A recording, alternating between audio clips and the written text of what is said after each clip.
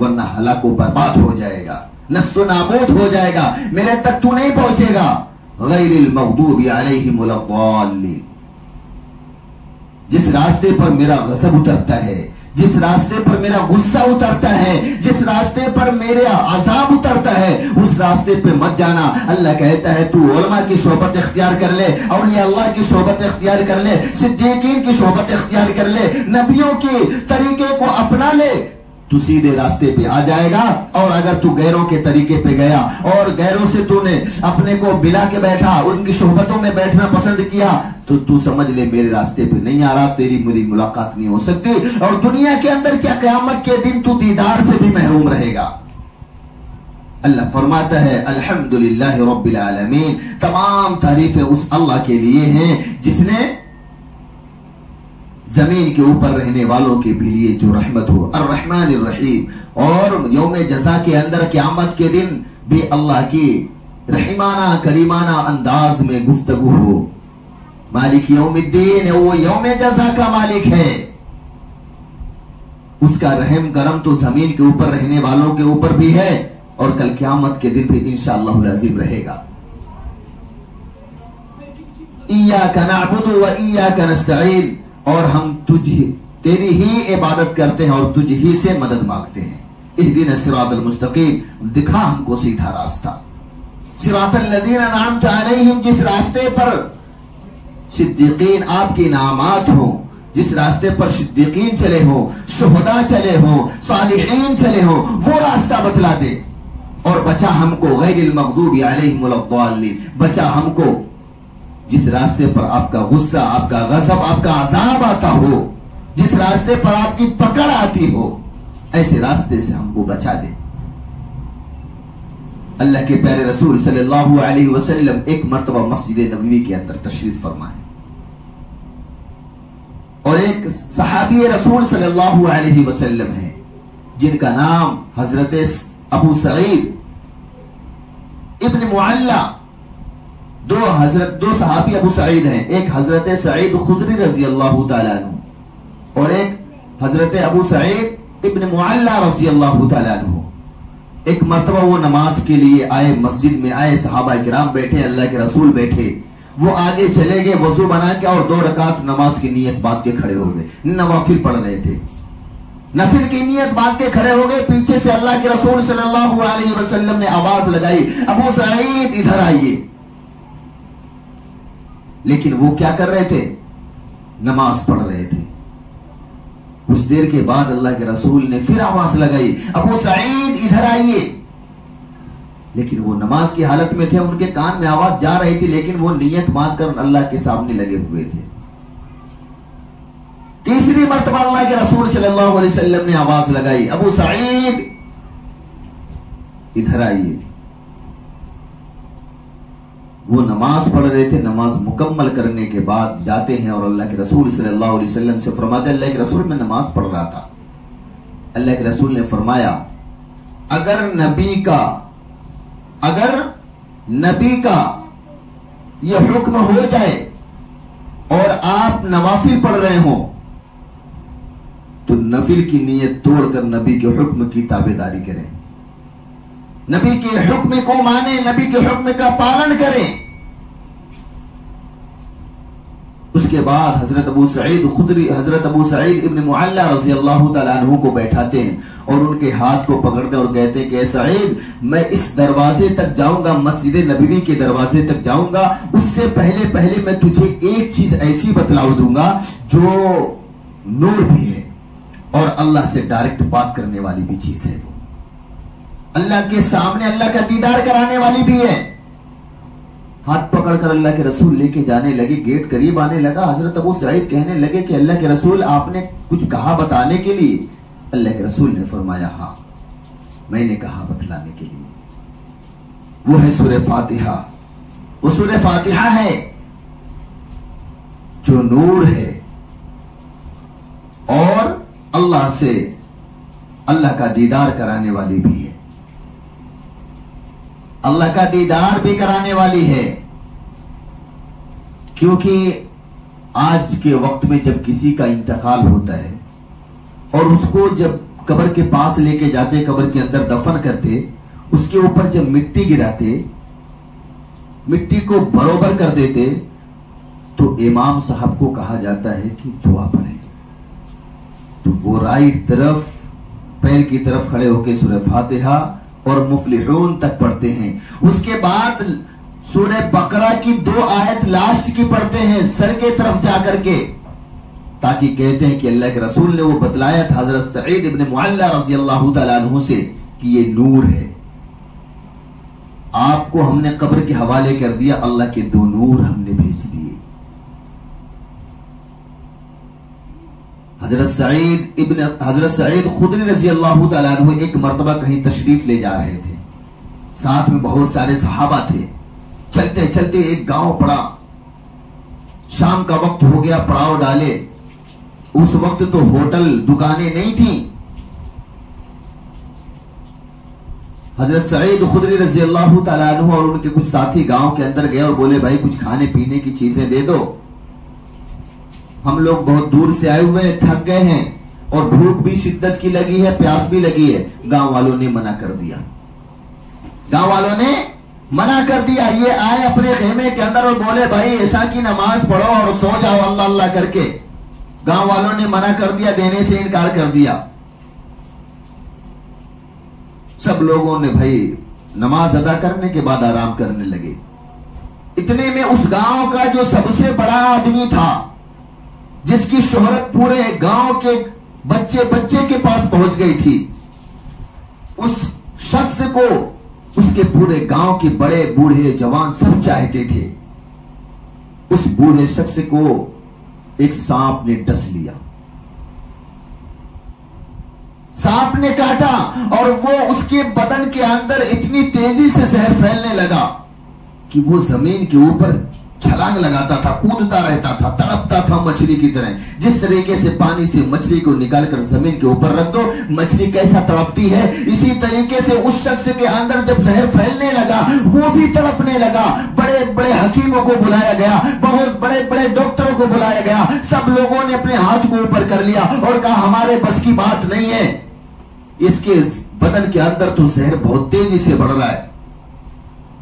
گاؤں والوں جب وہاں پہ سب سارے کے سارے جمع ہوئے، سب لوگوں نے کہا بھائی وہاں پہ ایک جماعت آئی ہوئی ہے اور ہمارے گاؤں کے باہر پڑاؤ ڈالی ہے، آپ وہاں پہ چلے جائیں، ہو سکتا ہے کوئی بندہ اس کے اندر ہو جو دعا کر دے، ٹھیک ہو جائے.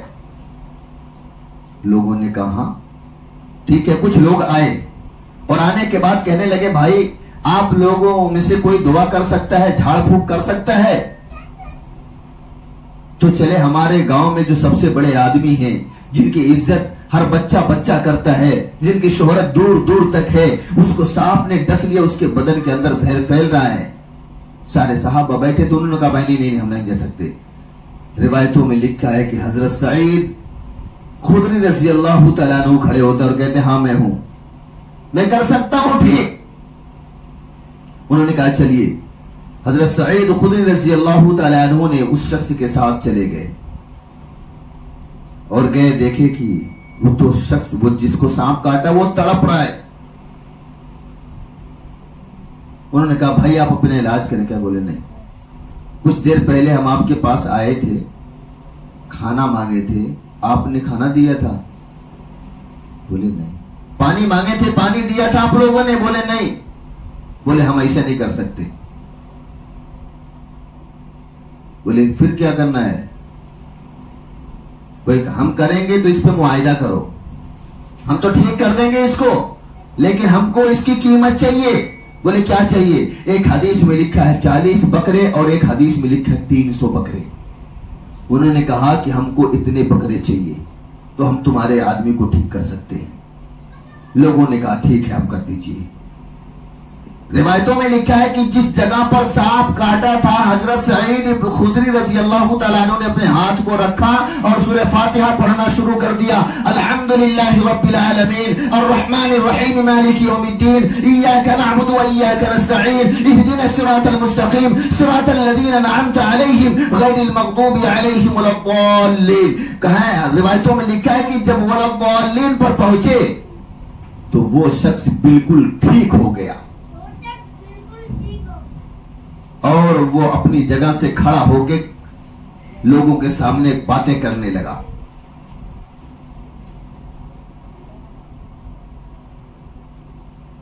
حضرت سعید خدری رضی اللہ تعالیٰ عنہ نے بکرے کو لیے اور خوشی خوشی خیمے میں آئے.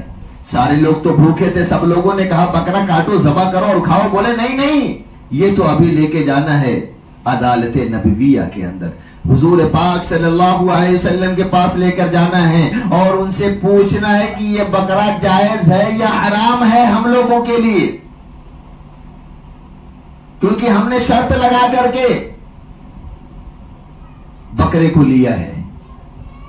سارے صحابہ نے کہا ٹھیک ہے. واپس سارے صحابہ اس بکرے کو لیتے ہیں اور اللہ کے رسول صلی اللہ علیہ وسلم کی عدالت میں پہنچتے ہیں اور سارے واقعے کو بتاتے ہیں. اللہ کے رسول نے فرمایا سعید سارے صحابہ میں حصہ لگا دو اور میرا بھی حصہ الگ کر دو، جائز ہے. کیونکہ قرآن میں اللہ کے رسول نے فرمایا کہ یہ سورہ فاتحہ شفا بھی ہے،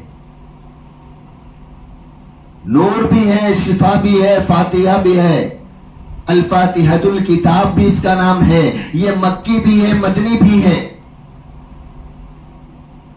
اللہ کے رسول نے فرمایا جہاں پر دنیا والوں کا میڈیکل ختم ہوتا ہے، جہاں پر دنیا والوں کا میڈیکل ختم ہوتا ہے وہاں پر اللہ کا میڈیکل شروع ہوتا ہے.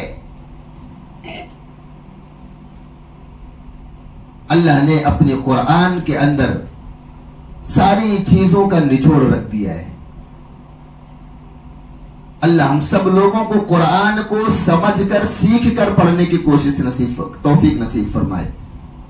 اللہ پاک ہم سب لوگوں کو قرآن مقدس جیسی عظیم الشان کتاب پر عمل کرنے کی توفیق نصیب فرمائے، اس سے محبت کرنے کی توفیق نصیب فرمائے. اللہ اپنی اور اپنے پیارے محبوب جناب محمد عربی صلی اللہ علیہ وسلم سے سچی پکی محبت کرنے والا بنائے. وما علینا الا البلاغ.